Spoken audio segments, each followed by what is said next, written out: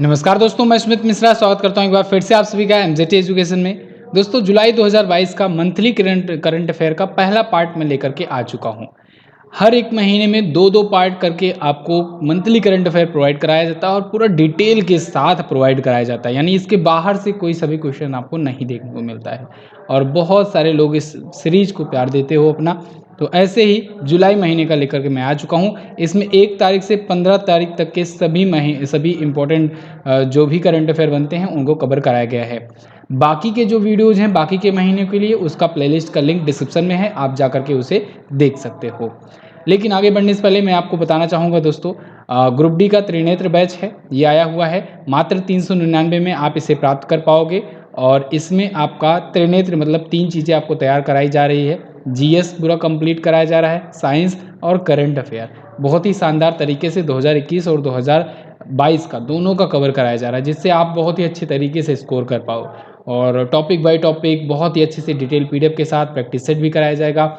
ये सभी चीज़ें आप पा सकते हो मात्र 399 में। और अभी जब मैं ये वीडियो बना रहा हूँ तब के लिए तो दोस्तों एक खास ऑफर चल रहा है। आप कूपन कोड में अगर यूज़ करते हैं महादेव MAHADEV, तो आपको मिल जाएगा 20% का डिस्काउंट इसके बाद भी। तो आप अभी इसका फ़ायदा उठा सकते हैं। MGT ऐप पर जा करके, MGT app Google play store से आप डाउनलोड कर पाएंगे और वीडियो कोर्स सेक्शन में प्राप्त कर पाएंगे। कोई भी प्रॉब्लम आए तो व्हाट्सएप का आइकन जो बना होगा उस पर क्लिक करना, पहुंच जाओगे और डाउट आपका सॉल्व कराया जाएगा। तो चलिए शुरू करते हैं current affair, monthly current affair जुलाई महीने का। पहला क्वेश्चन आपके सामने, हाल ही में किस देश ने ब्रिक्स समूह में शामिल होने के लिए आवेदन किया है? तो ब्रिक्स समूह आपको पता होगा दोस्तों, ब्रिक्स जो है BRICS, ये 5 देशों का एक संगठन है। कौन कौन से देश है 5? इन्हीं के नाम से स्पष्ट है, ब्राज़ील, रसिया, इंडिया, चाइना और साउथ अफ्रीका। लास्ट बार साउथ अफ्रीका 2010 में जुड़ा था, तब से कोई कंट्री नहीं जुड़ी है। लेकिन अभी 2 कंट्रीज जो हैं, ईरान और अर्जेंटीना, इन्होंने इंटरेस्ट दिखाया है कि हमें भी शामिल कर लो। तो अगर ये दोनों देश जुड़ जाते हैं तो नाम क्या हो जाना चाहिए इसका? ब्रिक्सिया हो जाना चाहिए, ठीक है ना। ईरान और अर्जेंटीना भी हो जाएगा। तो फिलहाल वो तो बात की बात है, अभी देखना होगा कि अप्रूवल मिलता है कि नहीं। फिलहाल ये दोनों देश शामिल होने के लिए आवेदन कर दिए हैं। ब्रिक्स आप देख पाओगे। इस बार दोस्तों ब्रिक्स समिट की 14वीं बैठक थी। और 14वीं बैठक कहाँ पर हुई? ये चाइना में हुई। 13वीं मीटिंग पिछली बार हुई थी और इंडिया ने उसको होस्ट किया था। बिल्कुल ऐसे सीरियल वाइज चलता है अल्फ़ाबेट के अनुसार। जैसे ब्राज़ील होस्ट किया, फिर इसके बाद रसिया करेगा, फिर इसके बाद चाइना इंडिया करेगा, फिर इसके बाद चाइना करेगा, फिर साउथ अफ्रीका। जैसे 13वां वाला इंडिया किया था तो 14वां चाइना करेगा और 15वां कौन करेगा? साउथ अफ्रीका करेगा, ठीक है ना। तो उसके बाद फिर ब्राज़ील करेगा, ऐसे ऐसे चलता रहता है, ठीक है। तो फिलहाल ब्रिक्स के बारे में आप जान गए हो इतना। 2006 में इसकी स्थापना हुई थी, लेकिन 2009 में फर्स्ट मीटिंग हुई। यहाँ पर थोड़ा सा गलत दे दिया गया है। स्थापना 2006 में हुई थी, फर्स्ट मीटिंग जो हुई थी वो हुई थी 2009 में रसिया में, ठीक है ना। अगला क्वेश्चन है, हाल ही में अमेरिका ने किस देश के सहयोग से एक नया कार्यक्रम partners in the Blue Pacific शुरू किया? तो partners in the Blue Pacific America ने शुरू किया है दोस्तों, ऑस्ट्रेलिया, न्यूजीलैंड, यूके और जापान के सहयोग से।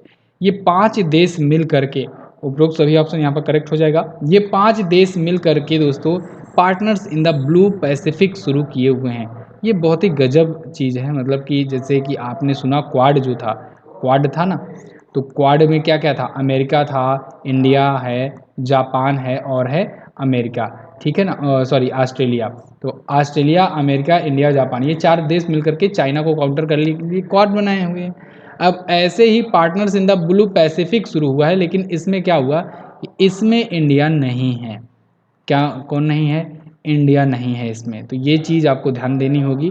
इसमें ऑस्ट्रेलिया, न्यूजीलैंड, यूके, जापान और अमेरिका है, ठीक है, partners in the Blue Pacific. ये इंपॉर्टेंट होने वाला है। अभी के लिए उतना इंपॉर्टेंट मैं नहीं कहूँगा, लेकिन आने वाले टाइम के लिए ना ये बड़ा इंपॉर्टेंट रोल निभाएगा, क्योंकि ब्लू ओशियन में बहुत ज़्यादा ब्लू पैसिफिक यानी कि प्रशांत महासागर में एक प्रकार से डोमिनेंस स्थापित करने के लिए ये 5 देशों का ये एक संगठन होगा, ठीक है ना।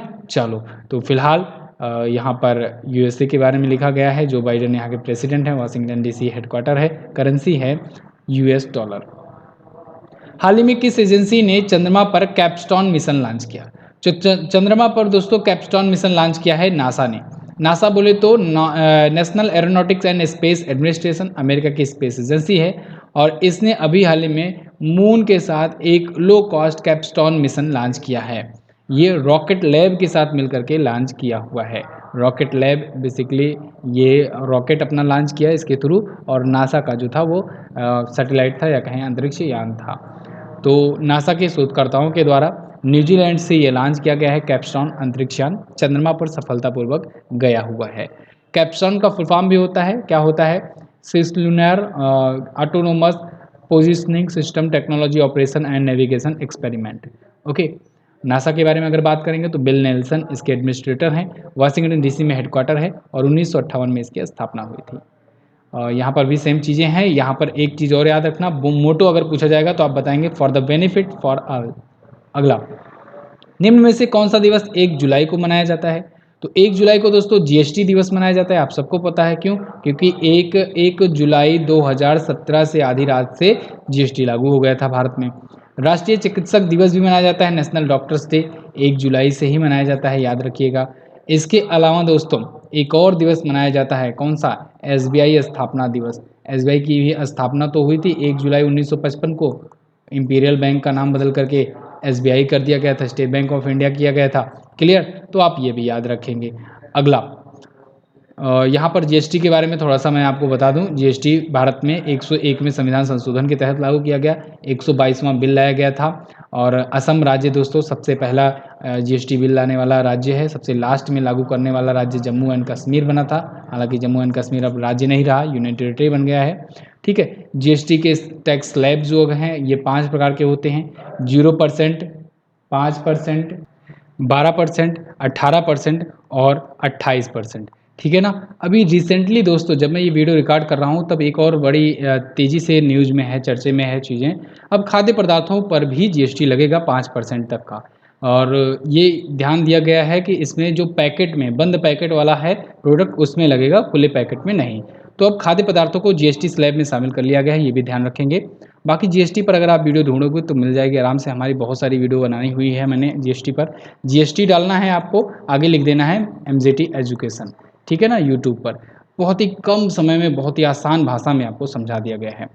तो फिलहाल नेशनल डॉक्टर्स डे भी मनाया जाता है, तो ये भी याद रखेंगे आप। 1 जनवरी को ही 1 जुलाई को ही मनाया जाता है, विधान चंद्र राय जी की जयंती के उपलक्ष्य में मनाया जाता है। ठीक है, जो कि बंगाल के दूसरे मुख्यमंत्री थे और बहुत ही फेमस डॉक्टर थे। इस बार की डॉक्टर्स डे की थीम है दोस्तों family doctors on the front line. अगला, हाल ही में महाराष्ट्र के नए सीएम कौन बने? तो महाराष्ट्र के नए चीफ मिनिस्टर बन गए हैं दोस्तों एकनाथ शिंदे। एकनाथ शिंदे पहले शिवसेना पार्टी में ही थे, लेकिन बाद में शिवसेना पार्टी से बगावत कर गए और कई विधायकों को लेकर के वो गुवाहाटी निकल गए। बाद में अपने आप को इन्होंने सीएम घोषित कर दिया, बीजेपी ने समर्थन कर दिया, मिल करके ये सरकार बना लिए, और अब शपथ भी ग्रहण हो गया है। भगत सिंह कोश्यारी जी जो कि वहाँ के गवर्नर हैं, उन्होंने शपथ दिला दिया एकनाथ शिंदे को।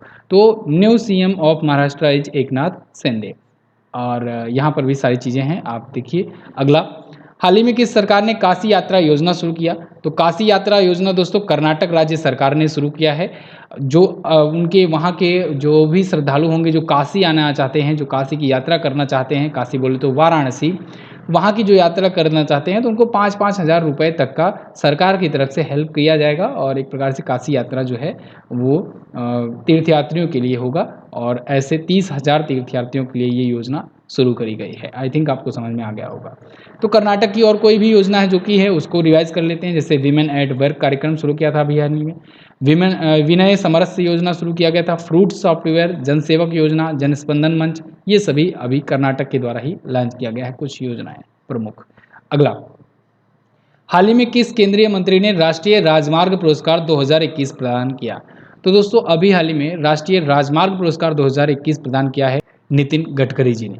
नितिन जयराम गडकरी जी और ओम बिरला जो कि दोस्तों अध्यक्ष हैं, लोकसभा के स्पीकर हैं, उन्होंने मिल करके यहाँ पर अवार्ड दिया, national highway excellence award 2021। Okay, Lok Sabha speaker कौन है? ओम बिरला हैं। तो यहाँ पर 122 नामांकन प्राप्त हुए थे, 9 कैटेगरी में अवार्ड दिए गए हैं, 30 नामांकन को पुरस्कार देने के लिए चुना गया था। नाटो ने किस देश को ग्रुप में शामिल होने के लिए सहमति किया? देखो नाटो जो है इसने अभी हाल ही में दोस्तों स्वीडन और फिनलैंड को, इन दोनों देशों को अपने आप में शामिल करने के लिए घोषणा कर दी है। एक्चुअली में अभी तक बाधक बन रहा था तुर्की। तुर्की जो है ये अभी तक वोट नहीं कर रहा था इसके पक्ष में। एक्चुअली में नाटो जो है ये 30 देशों का संगठन है और इसमें नियम ये है कि अगर कोई नया मेंबर ऐड होना चाहता है तो सभी के सभी जो इसके मेंबर कंट्रीज हैं उनकी सहमति जरूरी है। तो 29 देश तो मान जाया कर रहे थे, बस ये तुर्की जो है ये मान नहीं रहा था। लेकिन अभी हाल फिलहाल में तुर्की मान गया है और अब स्वीडन और फिनलैंड जो कि काफ़ी दिनों से, काफ़ी समय से ये शामिल होना चाह रहे थे नाटो में, अब इनको नाटो में इनवाइट कर लिया गया है। तो अब नाटो में ये शामिल हो जाएंगे। तो नाटो में अब मेंबर की संख्या कितनी हो जाएगी? 32 हो जाएगी इसके शामिल होने के बाद। वैसे नाटो के बारे में अगर बात करें तो इस पर यहाँ लगी, मैंने आपको वीडियो भी दी हुई थी। 1949 में इसकी स्थापना हुई थी, तब 12 देश मिलकर के ही स्थापित किए थे। दुनिया का सबसे बड़ा ये सैन्य संगठन है। तो वहाँ पर अब स्वीडन और फिनलैंड जो है ये दोनों देश भी शामिल हो जाएंगे और देखना होगा अब इसके बाद क्या होता है, क्योंकि रसिया जो है ये यूक्रेन पर इसीलिए हमला किया था क्योंकि यूक्रेन नाटो में शामिल होना चाह रहा था। नाटो की स्थापना 1949 में ब्रुसेल्स बेल्जियम में इसका हेडक्वार्टर, जेन्स स्टोलनबर्ग इसके अध्यक्ष। अगला, अमेरिकी सुप्रीम कोर्ट की पहली अश्वेत महिला न्यायाधीश कौन बनी? तो वो बन गई हैं Ketanji Jackson. Ketanji Jackson brown दोस्तों ये पहली अश्वेत महिला न्यायाधीश हैं अमेरिकी सुप्रीम कोर्ट की। यहाँ पर आप इमेज में इनको देख पाएंगे। तो ये बन गई वहाँ की। हालांकि ये टोटल ओवरऑल देखा जाए तो छठी महिला होंगी, लेकिन पहली ये ब्लैक वीमेन या कहें कि पहली अश्वेत महिला बनेंगी, ठीक है ना, जो कि वहाँ की सुप्रीम कोर्ट की अध्यक्ष होंगी। भारत में भी और पाकिस्तान में भी अनाउंस हो चुका है कि कौन कौन आने वाले टाइम पर बनने वाली हैं पहली महिला चीफ जस्टिस। तो देखिए पाकिस्तान में तो दोस्तों आयशा मलिक बनेंगी और भारत में बनेंगी बीबी नागरत्ना जी। जस्टिस बीबी नागरत्ना ये भारत की पहली महिला मुख्य न्यायाधीश होंगी, यानी चीफ जस्टिस ऑफ इंडिया होंगी 2027 में। अगला, हाल ही में गेल के नए चेयरमैन कौन बने? तो गेल के दोस्तों नए चेयरमैन बने हैं, गेल यानी कि gas authority of India limited के नए चेयरमैन बने हैं संदीप कुमार गुप्ता। संदीप कुमार गुप्ता, यहाँ पर आप देख पाओगे article, picked up to be next chairman of GAIL. तो गेल के अब ये नए चेयरमैन होंगे या कहें कि नए महानिदेशक होंगे। 2026 तक इनका कार्यकाल रहेगा। और गेल जो है एक महारत्न कंपनी है, नई दिल्ली में इसका हेडक्वार्टर है। 1984 में इसकी स्थापना हुई थी। भारत में टोटल महारत्न कंपनियों की संख्या 11 है। 11वीं महारत्न कंपनी PFCL यानी कि पावर फाइनेंस कॉरपोरेशन लिमिटेड है। अगला, हाल ही में FATF के नए अध्यक्ष कौन बने? FATF के नए अध्यक्ष दोस्तों बन गए हैं टी राजा कुमार। कौन? टी राजा कुमार। FATF बोले तो फाइनेंशियल एक्शन टास्क फोर्स। तो फाइनेंशियल एक्शन टास्क फोर्स के ये नए अध्यक्ष बनेंगे। देखिए यहाँ पर ये इंडिया के नहीं हैं, नाम ले सुन करके कंफ्यूज मत होना, ये सिंगापुर के हैं टी राजा कुमार। सिंगापुर से T Raja Kumar appointed president of financial action task force, business standard का ये आर्टिकल है। तो देखो यहाँ पर क्या हुआ कि मार्कस प्लेयर की जगह पर ये अब आ गए हैं। ये सिंगापुर में गृह मंत्रालय और पुलिस बल में भी काम कर चुके हैं, काफ़ी ज़्यादा एक्सपीरियंस रखते हैं। FATF जो है ये 1989 में स्थापित हुआ था, पेरिस में, फ्रांस में इसका हेडक्वार्टर है। FATF एक ऐसी संस्था है जो ये चेक करती है कौन सा देश जो है ये टेरर फंडिंग को या टेररिज्म को सपोर्ट करता है, कौन सा नहीं करता है, कौन कितना ज़्यादा सही है, सुटेबल है कहाँ पर इन्वेस्टमेंट वगैरह के लिए। तो इसीलिए फाइनेंशियल एक्शन टास्क फोर्स का गठन किया गया और इसके तहत जो ब्लैक लिस्टेड होते हैं या फिर जो ग्रे लिस्ट में डाले जाते हैं जैसे पाकिस्तान वगैरह, इन सब पर यह आरोप रहता है कि ये अपने देश में टेररिज्म को ख़त्म करने में कामयाब नहीं हो पा रहे हैं और साथ ही साथ कहीं ना कहीं यहाँ पर टेरर फंडिंग भी की जा रही है, हवाला कारोबारी भी चल रहे हैं, काम कर रहे हैं। हाल ही में किसने टेस्ट क्रिकेट मैच में एक ओवर में सर्वाधिक रन बनाने का विश्व रिकॉर्ड बनाया?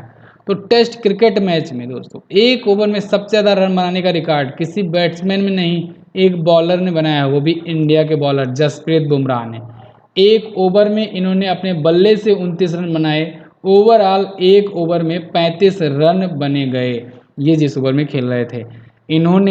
इन्होंने दोस्तों ब्रायन लारा का रिकॉर्ड तोड़ा है, ये बहुत बड़ी बात है। जसप्रीत बुमराह भारतीय टीम के फास्ट बॉलर हैं। इन्होंने अभी हाल ही में 35 रन ठोक डाले एक ओवर में, जिसमें 29 रन तो इनके बल्ले से ही बना हुआ था। तो स्टुअर्ट ब्रॉड की ही गेंद पर बनाए, उन्हीं की गेंद पर जिनकी गेंद पर युवराज सिंह ने शुरुआती करियर में इनके 6 छक्के लगाए थे, याद ही होगा आपको ये नाम। तो शुरुआत भी धुलाई से और अब इनका करियर का अंत भी धुलाई से, वो भी भारतीयों के द्वारा। चलिए, तो फिलहाल ये सारी डिटेल्स है, सेम चीज़ें वही है जो मैंने आपको बोल करके बताई। आगे, हाल ही में यायर लैपिड किस देश के 14वें प्रधानमंत्री बने? तो यायर लैपिड दोस्तों ये बन गए हैं इजराइल के नए प्राइम मिनिस्टर। इजराइल के जो प्राइम मिनिस्टर थे नेफ्टाली बेनेट, उनकी जगह पर अब आ गए हैं यायर लैपिड। यहाँ पर आप आर्टिकल देख पाओगे, PM Modi congratulated Yair Lapid for becoming 14th prime minister of Israel. तो ये एक अनुभवी पत्रकार रहे हैं और 14वें प्रधानमंत्री अब होंगे यहाँ पर। ठीक है, इनका कार्यकाल हालांकि बहुत ज़्यादा कम रहेगा, सिर्फ 5 महीनों तक का इनका कार्यकाल रहेगा। उसके बाद फिर दोबारा से जो होगा नेफ्टाली बेनेट बन सकते हैं या फिर चुनाव हो सकता है। इजराइल की करेंसी होती है न्यू शकेल और जेरूसलम होती है यहाँ की कैपिटल। अगला क्वेश्चन देखते हैं। देखिए दोस्तों, ये सारी चीज़ें जो है ना डेली करंट अफेयर में बहुत ज़्यादा डिटेल के साथ बताया जाता है, मैप भी शो कराया जाता है, तो जिससे आप अच्छे से लोकेशन वगैरह सब कुछ देख सकते हो। तो आप लोग कोशिश किया करो डेली करंट अफेयर ज़रूर देखा करो। अगर डेली करंट अफेयर का टाइम नहीं निकाल पा रहे हो 20 मिनट का, तो भी निकालो, कोई और चारा नहीं है। ठीक है ना, ज़रूरी है। डेली करंट अफेयर देखोगे तो इससे आपका दिमाग बहुत ज़्यादा विकसित होगा। अगला है, हाल ही में मिस इंडिया वर्ल्ड 2022 का खिताब किसने जीता? तो मिस इंडिया वर्ल्ड 2022 का खिताब जीत लिया है सिनी शेट्टी ने। सिनी शेट्टी आप यहाँ पर इमेज में देख पाएंगे, ये कर्नाटका की हैं और इन्होंने जीत लिया है ये खिताब, फेमिना मिस इंडिया वर्ल्ड 2022 का खिताब। अब जो फेमिना मिस इंडिया वर्ल्ड 2022 जीतता है ना, वही जाता है दोस्तों मिस वर्ल्ड में इंडिया को रिप्रेजेंट करने। तो अब ये सिनी शेट्टी जो हैं ये मिस वर्ल्ड 2022 में इंडिया को रिप्रेजेंट करेंगी, यानी इंडिया को रिप्रेजेंट करने जाएंगी। उप विजेता रही रूबल शेखावत जी। ओके, चलिए, तो ये कर्नाटक की हैं। अभी कुछ दिनों में, पिछले कुछ दिनों में और ये महत्वपूर्ण जो विजेता हुई हैं रिलेटेड, उनको रिवाइज कर लेते हैं। जैसे मिस यूनिवर्स 2021 बनी है हरनाथ संधू, सबसे ज़्यादा इंपॉर्टेंट। मिस वर्ल्ड 2021 ये कैरोलिना बिलावस्का बनी है, पोलैंड की हैं। मिस इंडिया अर्थ राशमी माधुरी और मिसेज इंडिया वर्ल्ड सरगम कौशल बनी हैं। मिस इंडिया वर्ल्ड वाइड खुशी पटेल बनी हैं।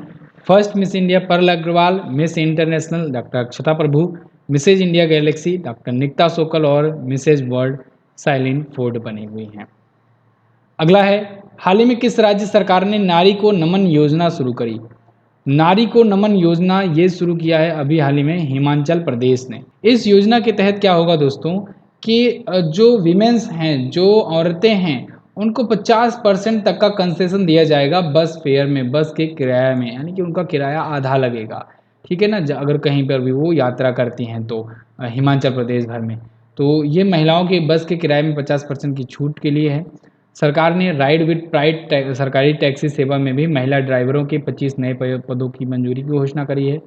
इसके लिए सरकार हर साल 60 करोड़ रुपए खर्च किया करेगी। क्लियर है? तो हिमाचल प्रदेश के सीएम जयराम ठाकुर जी ने ये योजना की घोषणा करी है। हाल ही में भारत ने अपनी आज़ादी के 75वीं वर्षगांठ पर किस देश को 75 एम्बुलेंस और 17 स्कूल भेंट किए? तो ये किए हैं नेपाल को। भारत ने नेपाल को 75वीं वर्षगांठ पर, आज़ादी के 75वीं वर्षगांठ चल रहा है अपना ना, आज़ादी का अमृत महोत्सव, तो इसी के तहत 75 एम्बुलेंस और 17 स्कूल बस भेंट किया गया है। तो यहाँ पर आप जैसे देख पाओगे ये 75 एम्बुलेंस और 75 स्कूल बसेस के बारे में ये बताया गया है। ये तो आपको जो दिख रहा है ये एम्बुलेंस है, ऐसे ही होगा स्कूल। ठीक है ना। तो नवीन श्रीवास्तव जी जो कि इंडिया गवर्नर टू नेपाल हैं, यानी कि भारत के राजदूत हैं नेपाल में, तो उन्होंने इसे लॉन्च किया हुआ है। अगला है, हाल ही में महाराष्ट्र विधानसभा के सबसे कम उम्र के अध्यक्ष कौन बने? तो दोस्तों सबसे कम उम्र के अध्यक्ष बन गए हैं राहुल नार्वेकर। ये महाराष्ट्र विधानसभा ही नहीं बल्कि भारत में भी जितनी भी विधानसभाएं हैं सब में अगर देखा जाए तो सबसे कम उम्र के ये अध्यक्ष बने हैं, स्पीकर बने हैं। तो महाराष्ट्र की विधानसभा में, क्योंकि अभी मैंने आपको बताया कि महाराष्ट्र के में नए सीएम बने हैं, तो नई विधानसभा भी गठित हुई और वहाँ पर राहुल नार्वेकर को बनाया गया स्पीकर, जो कि यंगेस्ट स्पीकर हैं इन द कंट्री। ओके, तो ये 16वें स्पीकर हैं विधानसभा के महाराष्ट्र के और इनके समर्थन में 164 वोट मिले, 107 शिवसेना उम्मीदवार के खाते में जो कि गए।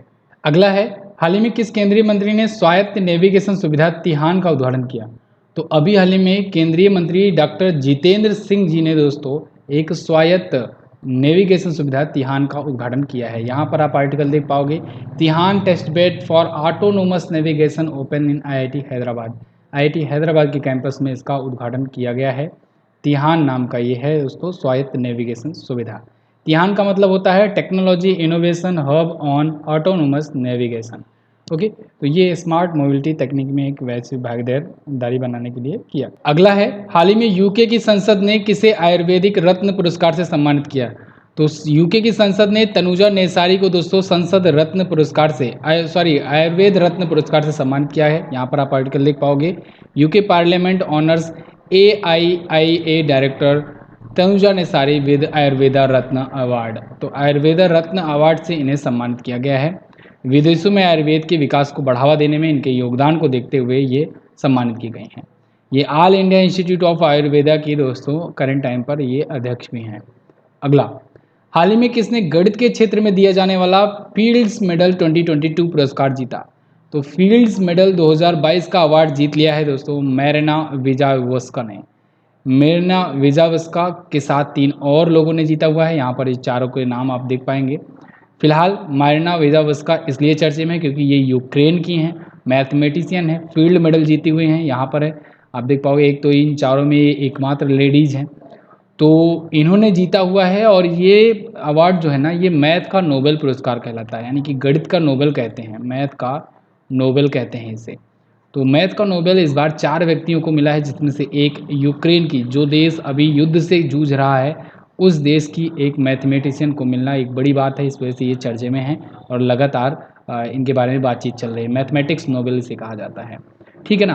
तो ये 4 लोग हैं, कौन कौन से? एक तो हैं ह्यूगो डोमिनिल कोपिन जो कि फ्रांस के हैं, जून हू अमेरिका के, और जेम्स मोर्नार्ड ये ब्रिटेन के हैं, और ये यूक्रेन की मैरिना विजावेस्का। ओके, ये 40 वर्ष से कम उम्र के गणतज्ञों को दिया जाता है, ये भी ध्यान रखिएगा।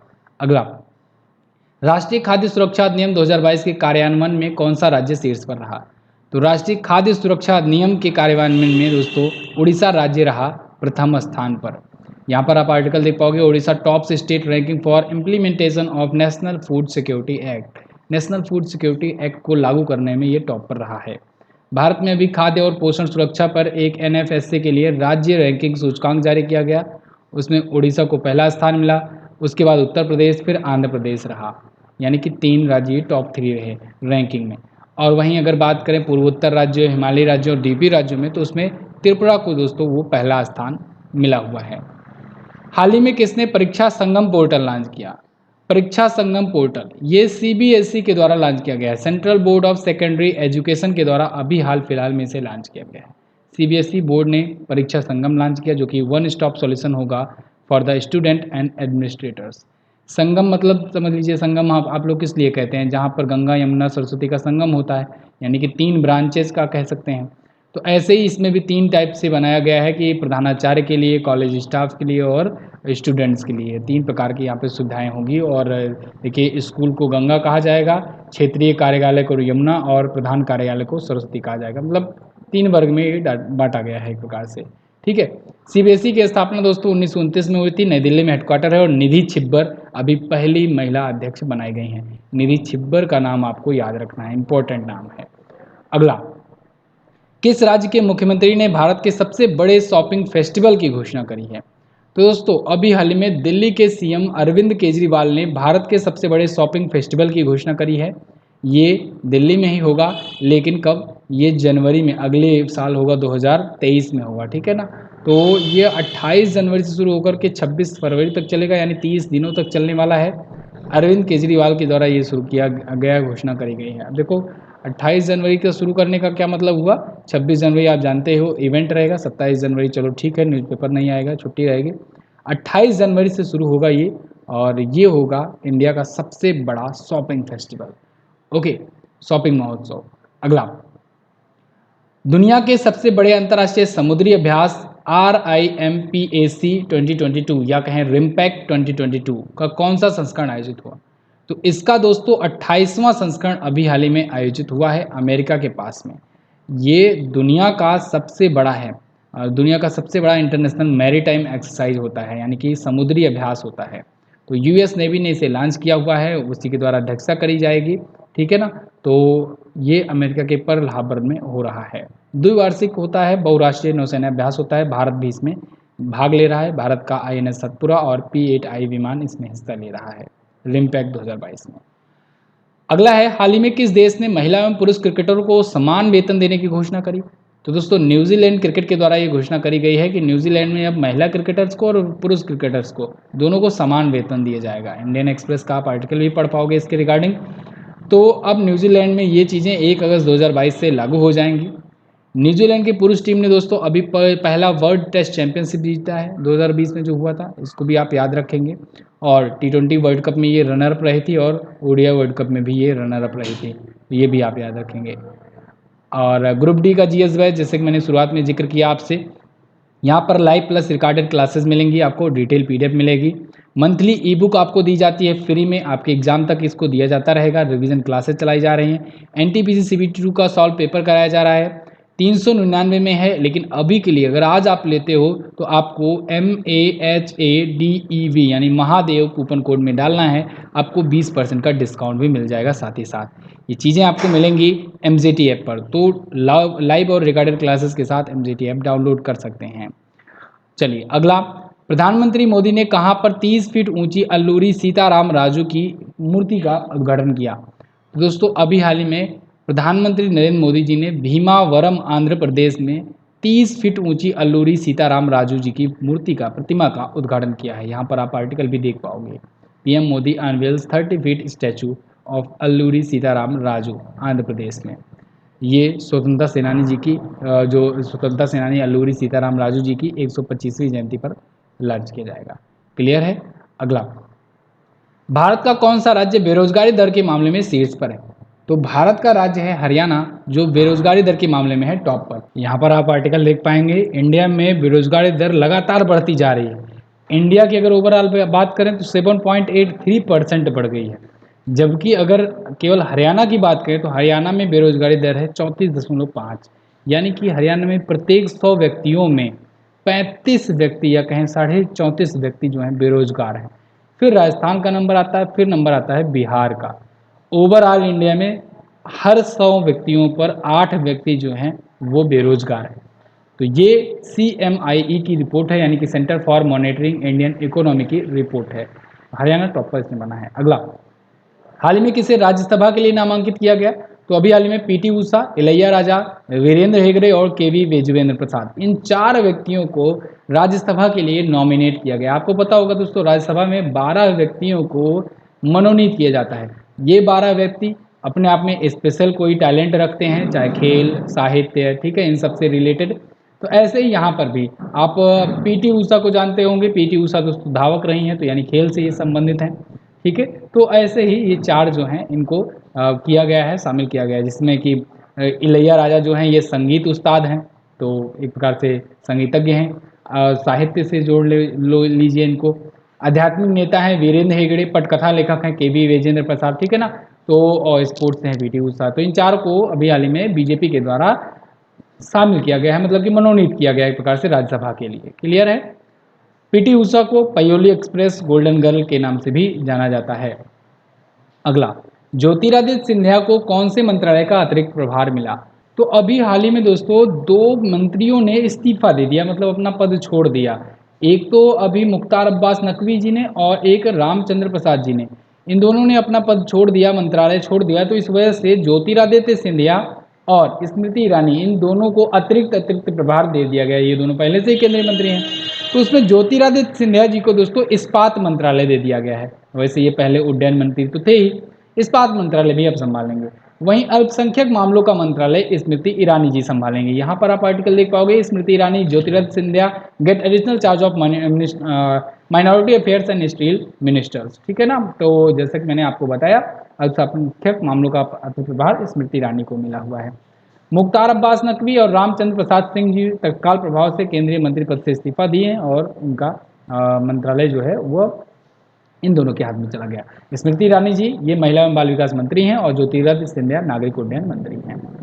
हाल ही में किस पुलिस बल ने ऑपरेशन नारकोस चलाकर अवैध नशीले पदार्थ जब्त किए? तो दोस्तों RPF ने चलाया ऑपरेशन नारकोस और इसके तहत अवैध नशीले पदार्थ जब्त किए ट्रेनों में।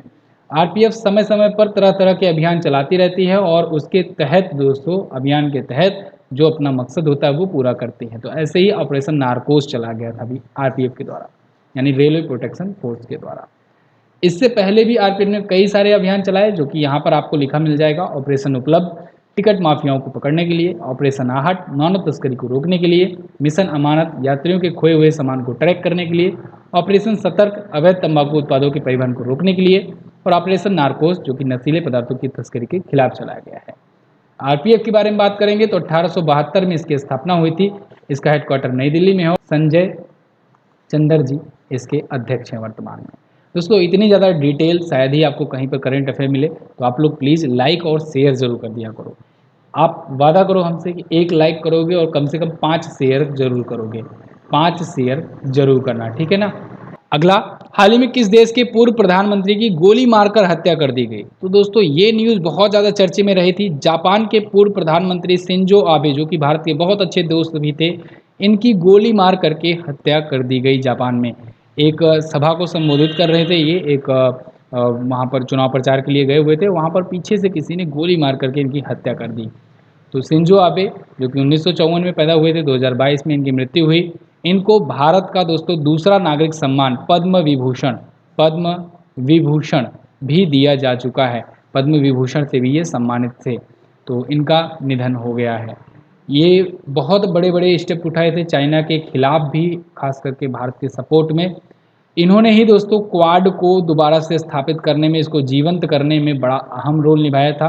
क्वाड जो है ना, जापान, ऑस्ट्रेलिया, इंडिया और अमेरिका का एक ग्रुप है जो कि चाइना को काउंटर करने के लिए स्थापित किया गया है, ये इन्हीं की देन थी।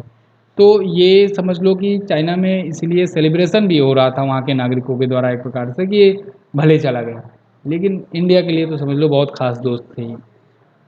फिलहाल वहाँ के प्राइम मिनिस्टर हैं फुमियो किस्टा। अगला, पीयूष गोयल के इस्तीफे के बाद G20 के नए शेरपा कौन बनेंगे? तो G20 के नए शेरपा बनेंगे अमिताभ कांत।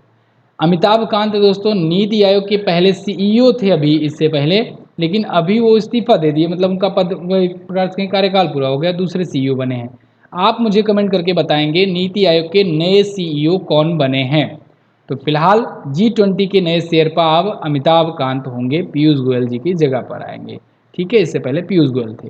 आपको पता होना चाहिए 2023 में भारत ही मेज़बानी करने जा रहा है G20 की, यानी अगली साल भारत ही में मेज़बानी करेगा, और ये मेज़बानी 2022 के दिसंबर महीने से ही मिल जाएगी भारत को। ओके, तो ये सारी चीज़ें हैं। और पीयूष गोयल जी कपड़ा मंत्री, वाणिज्य और उद्योग मंत्री और उपभोक्ता मामले, खाद्य और सार्वजनिक वितरण मंत्री ये हैं। ठीक है, अगला देखते हैं। IMF की पूर्व मुख्य अर्थशास्त्रियों की दीवार पर प्रदर्शित होने वाली पहली महिला कौन बनी? तो वो बन गए हैं दोस्तों गीता गोपीनाथ जी। गीता गोपीनाथ ये भारतीय हैं और IMF की पूर्व मुख्य अर्थशास्त्रियों की दीवार पर ये प्रदर्शित होने वाली बन गई हैं पहली महिला। ठीक है, अच्छा ये दूसरी भारतीय बनी है, ये भी ध्यान रखना है। इससे पहले एक और भारतीय ये कारनामा कर चुका है। भारत के महान इकोनॉमिस्ट माने जाने वाले दोस्तों रघुराम राजन जी, जो कि RBI के गवर्नर भी रह चुके हैं, इनको भी वहाँ पर शामिल किया जा चुका है, मतलब कि इस दीवार पर ये भी, इनकी भी तस्वीर लगी हुई है। फिलहाल गीता गोपीनाथ की अगर बात करें तो IMF में अभी टाइम पर ये दूसरी सर्वोच्च अधिकारी हैं। ठीक है, पहले पर कौन है? क्रिस्टलिना जॉर्जिवा, जो कि वहाँ की सेक्रेटरी में समझ लो एक प्रकार से जनरल सेक्रेटरी हैं, सबसे बड़े हैं। ठीक है, IMF बोले तो international monetary fund, Washington DC में हेडक्वार्टर है, 1944-45 में स्थापना हुई थी। और यहाँ पर आप देख पाओगे चीफ इकोनॉमिस्ट अभी कौन है? तो पियरे ओलिवर गॉरिस्चस है अभी वर्तमान में चीफ इकोनॉमिस्ट वहाँ पर। अगला, हाल ही में भारतीय उद्योग परिसंघ के नए अध्यक्ष कौन बनाए गए थे? तो भारतीय उद्योग परिसंघ के नए अध्यक्ष दोस्तों बना दिए गए हैं R दिनेश, यानी ए ऑप्शन आपका होगा करेक्ट। यहाँ पर आप आर्टिकल देख पाओगे संजीव पुरी इलेक्टेड CII का, यानी कॉन्फेडरेशन ऑफ इंडियन इंडस्ट्री का VP, यानी कि vice president for the financial year 2023, लेकिन R दिनेश को एज ए प्रेसिडेंट नियुक्त किया गया है। तो R दिनेश जो होंगे ये प्रेसिडेंट होंगे CII के, यानी भारतीय उद्योग परिसंघ के, और वहीं पर संजीव पुरी जी को उपाध्यक्ष नियुक्त किया गया है। CII की स्थापना 1895 में हुई थी, नई दिल्ली में इसका हेडक्वार्टर है। अगला, हाल ही में रक्षा मंत्रालय ने किस बैंक को स्वदेशी खरीद में वित्तीय सेवाएं प्रदान करने को मंजूरी दी है? तो रक्षा मंत्रालय ने दोस्तों HDFC bank, ICICI bank, Axis bank, इन तीनों बैंकों को, इन तीनों प्राइवेट बैंकों को दोस्तों अब मंजूरी दे दी है कि विदेशी खरीद में वित्तीय सेवाएं ये प्रदान कर सकते हैं। रक्षा से संबंधित जो भी होगा दोस्तों, जो भी डील होगी, जो भी विदेशी खरीद होगी, उसमें अब ये तीन बैंकें जो प्राइवेट सेक्टर की हैं ये भी अपना रोल निभाएंगे। अब तक क्या होता था, केवल सरकारी बैंकों को ही मौका दिया जाता था। ठीक है। लेकिन अब रक्षा मंत्रालय की जो भी डील होगी उसमें इनको भी मौका दिया जाएगा, ये भी पेमेंट एक्सेप्ट वगैरह कर सकते हैं। ठीक है, ठीक है। अच्छा दोस्तों, UP triple S C PET का बैच आया हुआ है। जो लोग यूपी के स्टूडेंट हैं, अगर वो चाहते हैं कि यूपी में ही उनको जॉब मिल जाए, तो ये ज़रूरी है आपको एग्ज़ाम क्वालिफाई करना। UP triple S C PET के बैच में आपको क्वालिफाई करने के बाद जो भी यूपी लेवल का एग्ज़ाम आएगा, उस यूपी ट्रिपल एस सी कराएगा, उसमें आप तभी बैठ पाओगे जब इसको आप क्वालिफाई कर पाओगे। इसको क्वालिफाई ना सिर्फ कराना, बल्कि आपको अच्छी से अच्छी रैंक दिलाना या अच्छा से अच्छा स्कोर दिलाना, ये हमारा जिम्मेदारी होगा। तो आप इस बैच को ज्वाइन करके ये चीज़ें कर सकते हो। आपको यहाँ पर ऑफलाइन पुस्तक भी प्रोवाइड कराई जाएगी, आपके घर तक भिजवाई जाएगी अगर आप ये कोर्स लेते हो तो इसमें आपको बहुत सारे फीचर्स मिल जाएंगे, डिटेल वीडियो मिलेंगी, क्लास नोट्स मिलेंगे डिटेल में, फ्री ई बुक मिल रही है करंट अफेयर की आपको हर एक महीने की एग्ज़ाम तक। कंप्लीट सिलेबस कराया जाएगा, प्रैक्टिस सेट सॉल्व कराया जाएगा, प्रीवियस ईयर के भी सेट सॉल्व कराए जाएंगे। इवन हमने तो शुरू करवाया ही है क्लास आपका प्रीवियस ईयर सेट से, तो प्रीवियस ईयर सेट सॉल्व करके ही आप क्लास स्टार्ट कर सकोगे। तो ये बैच आप ले सकते हो, क्रांति बैच है नाम इसका। एमजेटी ऐप पर जा करके आप इसे ले सकते हो, ज्वाइन कीजिए, अभी मौका है। अभी आप लेने पर महादेव कूपन कोड यूज करेंगे तो आपको 20% डिस्काउंट मिलेगा। अगला, हाल ही में किस संगठन के महासचिव मोहम्मद बारकिंडो का निधन हो गया? मोहम्मद बारकिंडो ये ओपेक के दोस्तों महासचिव थे और इनका निधन हो गया है।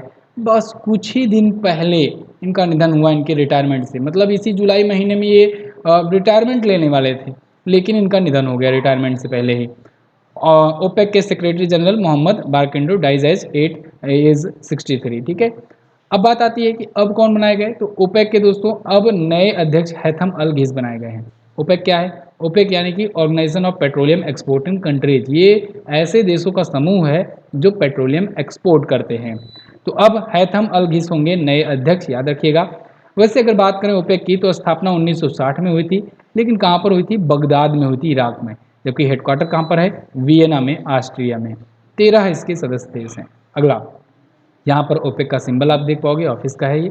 अगला, हाल ही में किस एयरलाइंस को डीजीसीए ने एयर ऑपरेटर सर्टिफिकेट दिया? तो किस एयरलाइंस को मिल गया है? अकाशा एयरलाइंस। अकाशा एयरलाइंस आपको याद होगा दोस्तों, राकेश झुनझुनवाला की है। मैंने आपको इसके पहले भी बताया था इसके बारे में। राकेश झुनझुनवाला नाम तो सुना ही होगा आपको। ये नाम कौन है जानते हो? इंडिया का वारेन बफे कहा जाता है इनको। ये भारत के शेयर मार्केट के सबसे बड़े बापू हैं। ठीक है, तो इंडियन शेयर मार्केट के सबसे बड़े, सबसे सक्सेसफुल इंसान कहे जाते हैं राकेश झुनझुनवाला। तो इनको, इनकी ही ये एक एयरलाइन है, शुरू की गई है इनके द्वारा, आकाशा एयरलाइन। और इनकी एयरलाइंस को डीजीसीए के द्वारा एयर ऑपरेटर सर्टिफिकेट मिल गया। मतलब समझ लो कि वो वाला सर्टिफिकेट मिल गया है इनको, जिसके बाद से इनकी हवाई जहाज़ भी उड़नी शुरू हो जाएगी।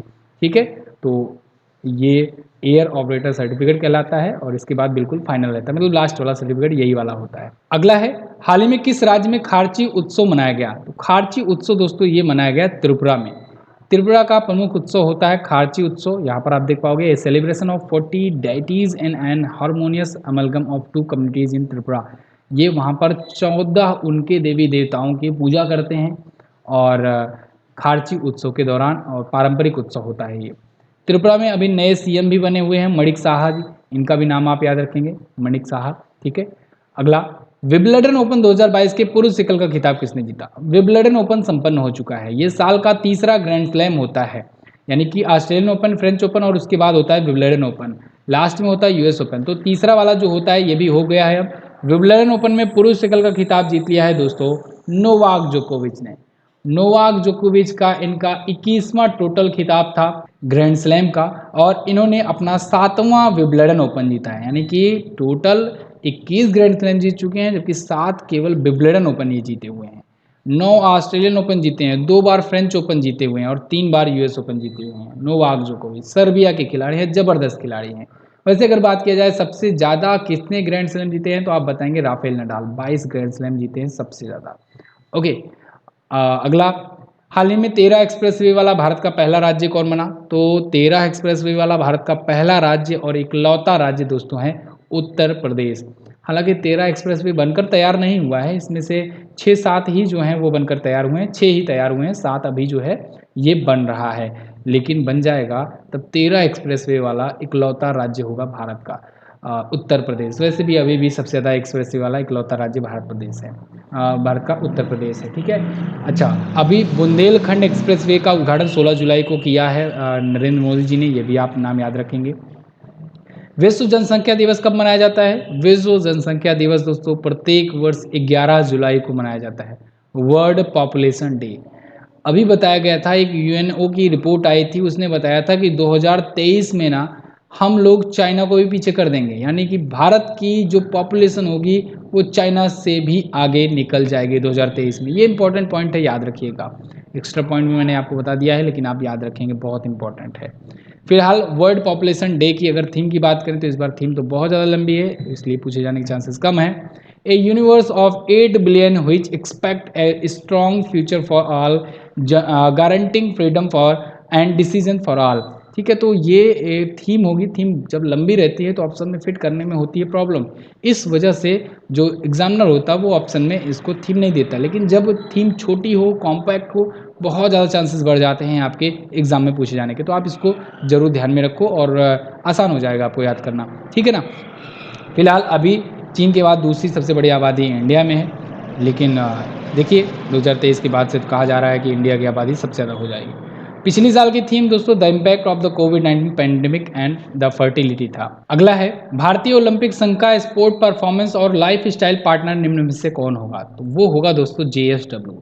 JSW जिसकी कंपनी है JSW स्टील, आपने सुना होगा, बहुत ज़्यादा चर्चे में रहती है। तो JSW कंपनी जो है ये IOA के साथ समझौता किया है as performance and lifestyle partner. ठीक है, तो यानी कि इंडिया का जो भी ऐसा इवेंट होगा फॉरेन में, चाहे वो अब आने वाले टाइम पर चाहे कॉमनवेल्थ गेम हो, चाहे एशियन गेम हो, ठीक है ना, उन सब जगह JSW ग्रुप जो होगा ये पार्टनरशिप में रहेगा भारत के। ठीक है ना, तो स्पोर्ट परफॉर्मेंस और लाइफ स्टाइल पार्टनर JSW होगा। तो यहाँ पर भी आप सारी चीज़ देख पाओगे। इंडियन ओलंपिक एसोसिएशन की अगर बात करें तो 1927 में स्थापना हुई थी, नई दिल्ली में हेडक्वार्टर है। अध्यक्ष अब अनिल खन्ना आ गए हैं। ठीक है ना, जो नरेंद्र बत्रा अध्यक्ष थे वो अब इस्तीफा दे दिए हैं। अगला अगला क्वेश्चन है, हाल ही में किस केंद्रीय मंत्री ने NCR के लिए जियो पोर्टल परिमन लॉन्च किया? NCR बोले तो नेशनल कैपिटल रीजन, जो आप दिल्ली NCR सुनते हो ना, वही वाला रीजन। तो इसके लिए जियो पोर्टल एक परिमन लॉन्च किया है, किसने? केंद्रीय मंत्री हरदीप सिंह पुरी जी ने। तो यहाँ पर आप आर्टिकल देख पाएंगे, NCR planning board opens it Jio portal for public. ठीक है, तो इसे लॉन्च किया गया है अभी के हरदीप सिंह पुरी जी के द्वारा। अभी राष्ट्रीय राजधानी क्षेत्र बोर्ड योजना की एक 40वीं बैठक आयोजित की गई थी, वहाँ पर लॉन्च किया गया इसे। NCR है क्या, इसको समझिएगा, नेशनल कैपिटल रीजन। एक्चुअली में दिल्ली के आसपास के क्षेत्र को दोस्तों वो वहाँ पर एक NCR घोषित किया गया, वहाँ के एरिया को डेवलप करने के लिए। अब इसमें हरियाणा के भी कुछ, ठीक है, उत्तर प्रदेश की कुछ, राजस्थान के कुछ एरिया इसमें आए, तो इन कई ज़िलों को मिला करके NCR में घोषित किया गया और यहाँ पर डेवलपमेंट किया गया कि भाई अगर कोई दिल्ली में आता है, राजधानी में आता है, तो आसपास के राज्यों में, तो मतलब आसपास के जो ज़िले हैं कनेक्ट होते हैं, वहाँ पर भी बेहतर सुविधाएं वो पाए। ठीक है ना, घूमने टहलने जाने का मन हो तो, ठीक है, कुल मिलाकर के विकास हो वहाँ पर। तो शहरीकरण स्तर यहाँ पर 62.6% है। 1985 में ये योजना लाई गई थी। अगला, हाल ही में भारत ने कहाँ पर सबसे लंबा डबल डेकर फ्लाईओवर बनाने का रिकॉर्ड बनाया? तो भारत ने दोस्तों महाराष्ट्र में ये रिकॉर्ड बनाया हुआ है, भारत का सबसे लंबा डबल डेकर फ्लाईओवर। तो यहाँ पर आप देख पाएंगे महाराष्ट्र के नागपुर में ये बना हुआ है। India set world record for building longest double decker bridge in Nagpur. Nitin Gadkari ji आपको दिख रहे हैं, जबरदस्त मंत्री हैं ये, और इन्होंने यहाँ पर उद्घाटन किया हुआ है इसका। तो ये NHAI यानी कि national highways authority of India के द्वारा और महाराष्ट्र मेट्रो के द्वारा मिल करके बनाया गया है। एक प्रकार से 3.14 किलोमीटर की लंबाई का होगा। विश्व रिकॉर्ड हो गया है भारत के पास। ठीक है, अगला, कौन सा राजमार्ग भारत का पहला एलिवेटेड शहरी राजमार्ग बनेगा? ये भी बड़ा इंपॉर्टेंट क्वेश्चन है। भारत का पहला एलिवेटेड शहरी राजमार्ग ये बनने जा रहा है द्वारका एक्सप्रेसवे। द्वारका एक्सप्रेसवे वो द्वारका धाम गुजरात वाला मत समझिएगा। ये द्वारका एक्सप्रेसवे जो होगा दोस्तों, ये कहाँ पर होगा? ये दिल्ली के पास में होगा। द्वारका को हरियाणा के गुरुग्राम से जोड़ेगा, दिल्ली के द्वारका को। ठीक है ना, तो 9,000 करोड़ रुपए की लागत से ये योजना बनाई जा रही है। एक प्रकार से 29 किलोमीटर लंबाई वाला ये एलिवेटेड राजमार्ग बनाया जा रहा है। एलिवेटेड शहरी राजमार्ग होगा ये। ठीक है, तो नॉर्दर्न पेरिफेरल रोड के नाम से इसे जाना जाएगा, और द्वारका एक्सप्रेसवे भी आप कह सकते हैं। अगला, हाल ही में भारतीय इंटरनेट के जनक का निधन हो गया, उनका क्या नाम था? भारतीय इंटरनेट के जनक का नाम याद रख लीजिए, बीके सिंघल था। बीके सिंघल जी का अभी निधन हो गया है। ये वीएसएनएल के यानी कि विदेश सेवा निगम लिमिटेड के ये चीफ रह चुके हैं। इन्हें father of internet in India कहा जाता था। बीके सांग्याल कह सकते हैं, सांग्याल कहिए ज़्यादा सही होगा बीके सांग्याल, ठीक है। और सिंघल यहाँ लिख उठा है, चलिए सांग्याल मैं कर देता हूँ। बीके सांग्याल का निधन हो गया है। भारत में इंटरनेट क्रांति का जनक इन्हें माना जाता है। 1991 में वीएसएनएल का कार्यभार ये संभाले थे। अगला, कौन सा हवाई अड्डा देश का पहला कार्बन न्यूट्रल एयरपोर्ट बनेगा? भारत का पहला कार्बन न्यूट्रल एयरपोर्ट बहुत इंपॉर्टेंट है, तो ये बनेगा दोस्तों कौन सा? लेह एयरपोर्ट। लेह एयरपोर्ट लद्दाख में है, ये बनेगा इंडिया का पहला कार्बन न्यूट्रल एयरपोर्ट। मैंने आपको साथ ही साथ में बताया था इंडिया का पहला कार्बन न्यूट्रल विलेज या कहें कि ग्राम पंचायत, वो कौन सा बना है? वो बना है जम्मू कश्मीर का पल्ली ग्राम। याद रखिएगा, जम्मू कश्मीर का पल्ली ग्राम जो है जम्मू एंड कश्मीर का, ये बना है पहला गांव, ठीक है, कार्बन न्यूट्रल फर्स्ट विलेज बना है जम्मू कश्मीर का पल्ली गांव। दोनों याद रखेंगे, बहुत इंपॉर्टेंट है, ठीक है।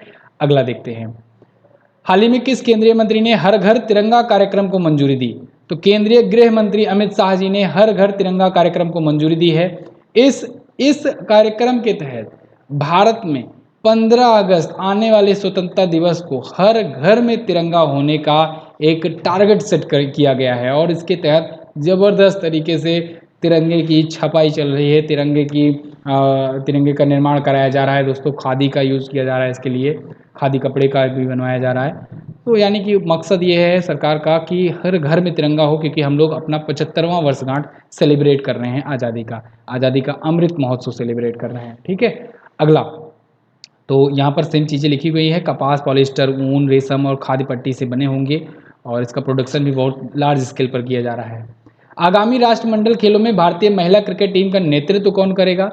तो वो करेंगी हरमनप्रीत कौर, यही सबसे एक्सपीरियंस प्लेयर हैं इस टाइम पर। तो ये आगामी जो कॉमनवेल्थ खेल होगा, कॉमनवेल्थ गेम होगा, उसमें ये भारतीय महिला T20 टीम की ये कप्तान होंगी। अच्छा, एक पॉइंट मैं और आपको बताऊं, कॉमनवेल्थ गेम में ना पहली बार क्रिकेट को शामिल किया जा रहा है, और पहली बार कौन से क्रिकेट को शामिल किया जा रहा है? विमेन क्रिकेट को। विमेन क्रिकेट को पहली बार शामिल किया गया है। यही क्वेश्चन ही बनेगा, डायरेक्ट आपसे यही क्वेश्चन पूछेगा कि कौन से ये क्रिकेट को कौन से टूर्नामेंट में शामिल किया गया, ठीक है, या फिर कौन से फॉर्मेट में शामिल किया गया, तो आप बताएंगे T20 फॉर्मेट में, ठीक है। तो फिलहाल हरमनप्रीत कौर जो है ये इंडिया को रिप्रेजेंट करेंगी वहाँ पर एज ए कैप्टन। 28 जुलाई से 8 अगस्त के बीच में बर्मिंघम में हो रहा है कॉमनवेल्थ गेम। पिछला वाला हुआ था ग्लासगो में। कौन सा वाला ग्लासगो? स्कॉटलैंड वाला नहीं, ऑस्ट्रेलिया वाला ग्लासगो। स्कॉटलैंड वाले में क्या हुआ था? G7 की मीटिंग हुई थी पिछली बार, ठीक है। चलो, तो फिलहाल BCCI के बारे में बात करेंगे। Board of control for cricket in India 1928 में स्थापना हुई थी। मुंबई में हेडक्वार्टर है। सौरभ गांगुली अध्यक्ष हैं और सचिव हैं जय शाह, अमित शाह के बेटे, और उपाध्यक्ष हैं राजीव शुक्ला। अगला, WEF की जेंडर गैप रिपोर्ट में भारत किस स्थान पर है? भारत की स्थान इस बार बहुत पिटी हुई है।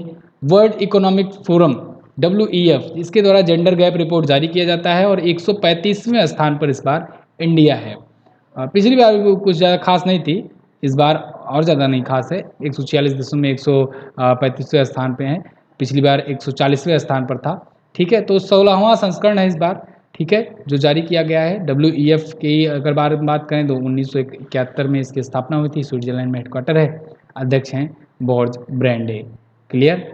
अगला, टॉप पर कौन है? टॉप पर देख लो, टॉप पर है आइसलैंड, सेकंड पे फिनलैंड और थर्ड पर नॉर्वे। अगला है, हाल ही में किस कंपनी ने भारत की पहली स्वदेशी रूप से विकसित LI या कहें लिथियम आयन सेल NMC 2170 का अनावरण किया? तो ये दोस्तों ओला इलेक्ट्रिक ने किया है। ओला इलेक्ट्रिक ने भारत की पहली स्वदेशी रूप से विकसित लिथियम आयन सेल NMC 2170 का अनावरण किया है। यहाँ पर आप बैटरी देख पाओगे, कुछ इस प्रकार से होगी, और ये भारत में है, स्वदेशी रूप से विकसित किया गया है। NMC 2170 इसका नाम होगा, और इसका बड़े पैमाने पर अब उत्पादन में शुरू करेगा ओला इलेक्ट्रिक। आपको पता होगा, ओला स्कूटर अपना निकाला हुआ है और इसके तहत मतलब एक क्रांति सी आ गई है ओला बाइक में, ठीक है। तो फिलहाल ये दुनिया का सबसे उन्नत सेल अनुसंधान केंद्र भी बना रही है। देखते हैं कब तक ये बन करके तैयार होता है। ओला इलेक्ट्रिक के बारे में बात करेंगे। 2017 में स्थापित किया गया था ये, ओला के कंपनी के द्वारा ओला इलेक्ट्रिक स्थापित किया गया। बेंगलुरु में हेडक्वार्टर है और भावेश अग्रवाल इसके सीईओ हैं। क्लियर है ना बिल्कुल। तो ये तो थे दोस्तों जुलाई मंथ के फर्स्ट पार्ट का आपका मंथली रिवीजन। आई होप आपका कंप्लीट रिवीजन हो गया होगा 1 से 15 जुलाई तक का। इसके आगे का एपिसोड अगर आप देखना चाहते हैं तो लिंक डिस्क्रिप्शन में दिया गया है प्लेलिस्ट का, जाइए उसका देख डालिए, सभी पार्ट आपको मिल जाएगा। पार्ट 2 जब आ जाएगा यानी 30 जुलाई 31 जुलाई के बाद अगर आप वीडियो देख रहे होंगे तो पार्ट 2 आ भी गया होगा डेफिनेटली, तो आपको ऊपर कार्ड मिल जाएगा, आप वहाँ से भी देख सकते हो। बाकी महीनों की भी आप जरूर देखिए, बहुत इंपॉर्टेंट होती है वीडियोज़। MZT ऐप पर जाकर के आप इसकी PDF प्राप्त कर पाओगे और वहीं पर इसकी क्विज भी सॉल्व कर पाओगे। क्विज भी जरूर सॉल्व किया करना, PDF भी प्राप्त किया करना, ठीक है ना। तो जिससे आपको पूरा अच्छे से कॉन्फिडेंस आ जाए। इसके अलावा अगर आप कोर्सेज लेना चाहते हो तो इसी MZT ऐप पर आप कोर्स भी पा जाओगे। वीडियो कोर्स सेक्शन में जाओगे तो अभी PET का नया बैच आया हुआ है, इसको भी आप ज्वाइन कर सकते हो। और कूपन कोड यूज़ करना मत भूलना। अभी के लिए अगर आप लेने जा रहे हो तो आप यूज़ करना महादेव। सावन का चल रहा है ऑफर, महादेव पर आप 20% का डिस्काउंट पा सकते हैं। Capital letter without any space type the MAHATEV and get 20% discount.